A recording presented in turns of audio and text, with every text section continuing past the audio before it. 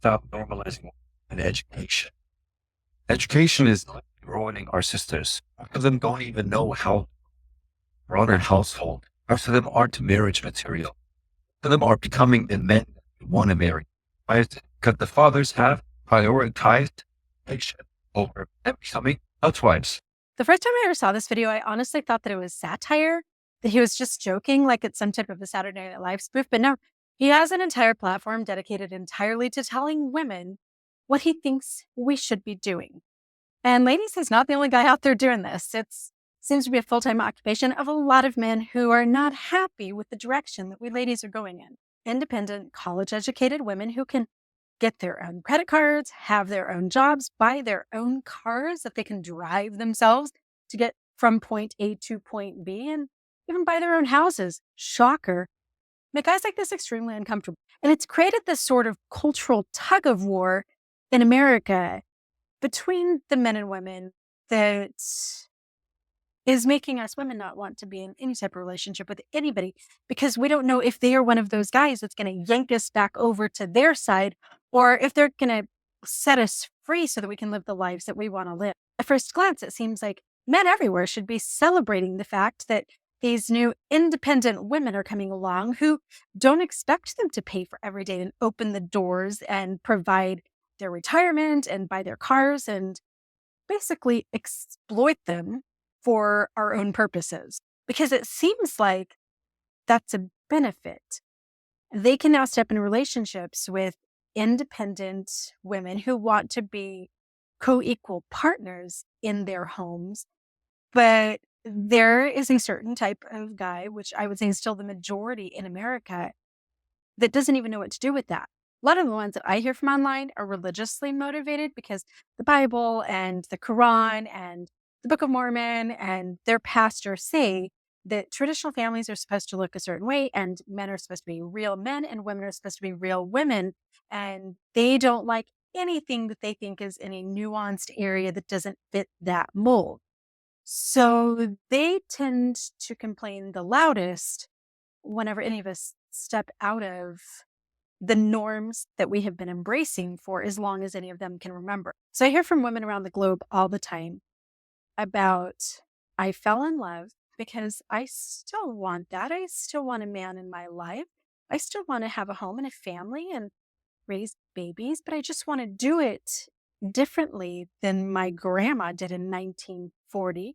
So I thought everything was going great. And I thought that he was a little more woke than your average guy. A couple months into our marriage, he's expecting me to do all of the grocery shopping, iron his clothes, do all of the housekeeping, cook his dinner, be at his beck and call, all of that while being skinny and sexy and super feminine, the nails, the lashes, all the long hair.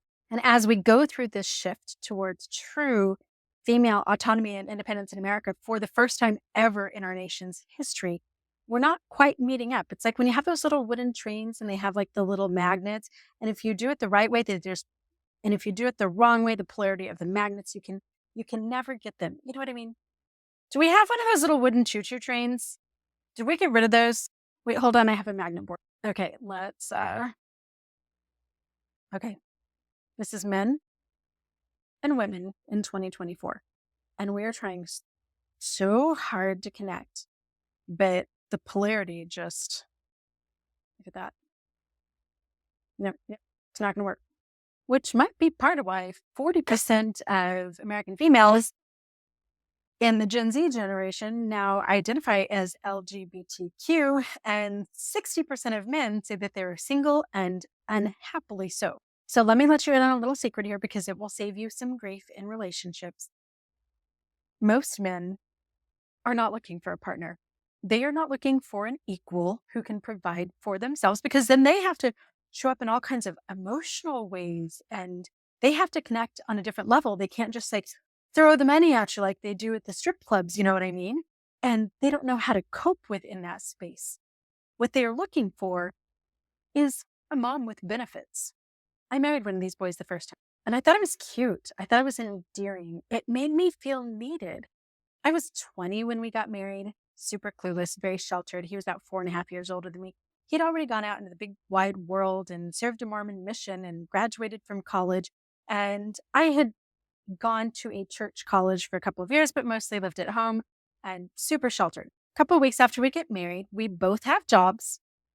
We're both getting ready for work after like our first week of work after our honeymoon. And he can't find the shampoo and can't find the soap. And I have to help him find everything as we're unpacking. I don't know why he couldn't find that. Like he was probably capable of opening up a box and looking for the soap just as much as I was. And then as we're both getting ready for work, he asks me if I can iron his work shirt. It was, one of the white Mormon-y looking buttons and I don't know, the French cuffs and all the stuff. And I had been trained to do that as a Mormon girl growing up. We actually had activities and how to iron our husband's shirts. I'd also been an oldest daughter. So my whole entire life, I had already been a little mini mommy. So I put my curlers in my hair and set up the ironing board and ironed his shirt for him. It felt really sweet. It felt like a way for me to love him. Every single morning before we both left for work, I would pack him a lunch in this little lunch box. Sometimes the night before, I would do things like make some jello or some potato salad or something else that needed to be in the fridge overnight. And I didn't pack myself a lunch. Sometimes I didn't even eat breakfast before I left. I didn't have time. I was ironing shirts. I was making the bed. I was making sure all of the laundry was in the dryer before we left for work for the day. And I was packing his goddamn lunch for him. In the 24 years that we spent together, he did not ever do any of the grocery shopping. Not ever. Every once in a while, he would go to a grocery store to get himself something, some chips or some Dr. Pepper or something. But never once did he ever go to the grocery store. He didn't know how to, and that wasn't his job. And literally at the time, I loved it. I felt needed. I felt seen. I felt like here's some skills that I can use in my home with my husband that are really useful because he can't do this stuff himself. This is what wives do. And there were so many times over the years that he would call his mom and say, hey, can you give Jenny this recipe? Because I don't exactly like the way that she's making the chicken and dumplings. She needs your recipe. And I would make them. I have a whole entire shelf in my living room full of his mom's cookbooks. Then one week he had some wisdom teeth taken out and it didn't go well. And they chipped his jawbone or something as one of the teeth was being extracted. And he ended up in bed for like a couple of weeks. Now I was working and pregnant and taking care of all the cooking and the cleaning the house and all of this stuff. And also cooking him soup and jello and buying applesauce and making smoothies and things. And I was basically like running this whole entire care home out of the kitchen and then running up the stairs with his stuff and a straw, making sure that he had a little tray. And after whipping up his broth and applesauce one day, I was sitting on the edge of the bed and he asked me if I could cradle his head in my lap and press the ice packs against his jaw so that they had a little bit of pressure because he was in so much pain. And as I did that, I realized I had this epiphany, this moment of clarity that this man does not want me to be his equal. He wants me to be his mom, but with all the benefits of a wife. I had married Oedipus Rex from whatever old Greek or Roman mythology I had studied in college.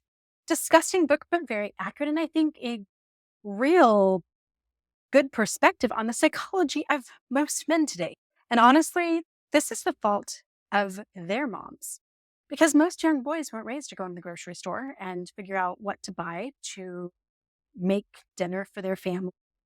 A lot of their moms didn't teach them how to work the washer or the dryer. A lot of their moms probably came running when they found themselves in the shower after moving into an apartment and didn't have the bar of soap in there. And she probably dug it out of the box and handed it over the shower curtain for them. And so we have this whole generation of men who were too busy at football practice and in their fraternities to learn how to actually basically take care of themselves. They're only halfway raised. And so we're all on Match.com thinking that we're going to find somebody who's looking for a partner. And we don't want to be moms with benefits anymore. We don't find it cute and funny when somebody asks us how many kids we have to say, well, 4, but 6 if you can't Jake. We'd all rather be alone. Our cats take care of themselves better than the boy. Ladies, a man is not ever a plan. It's not our job to raise Prince Charming. Let's all stop this moms with benefits thing. It's over, boys. Thanks for watching.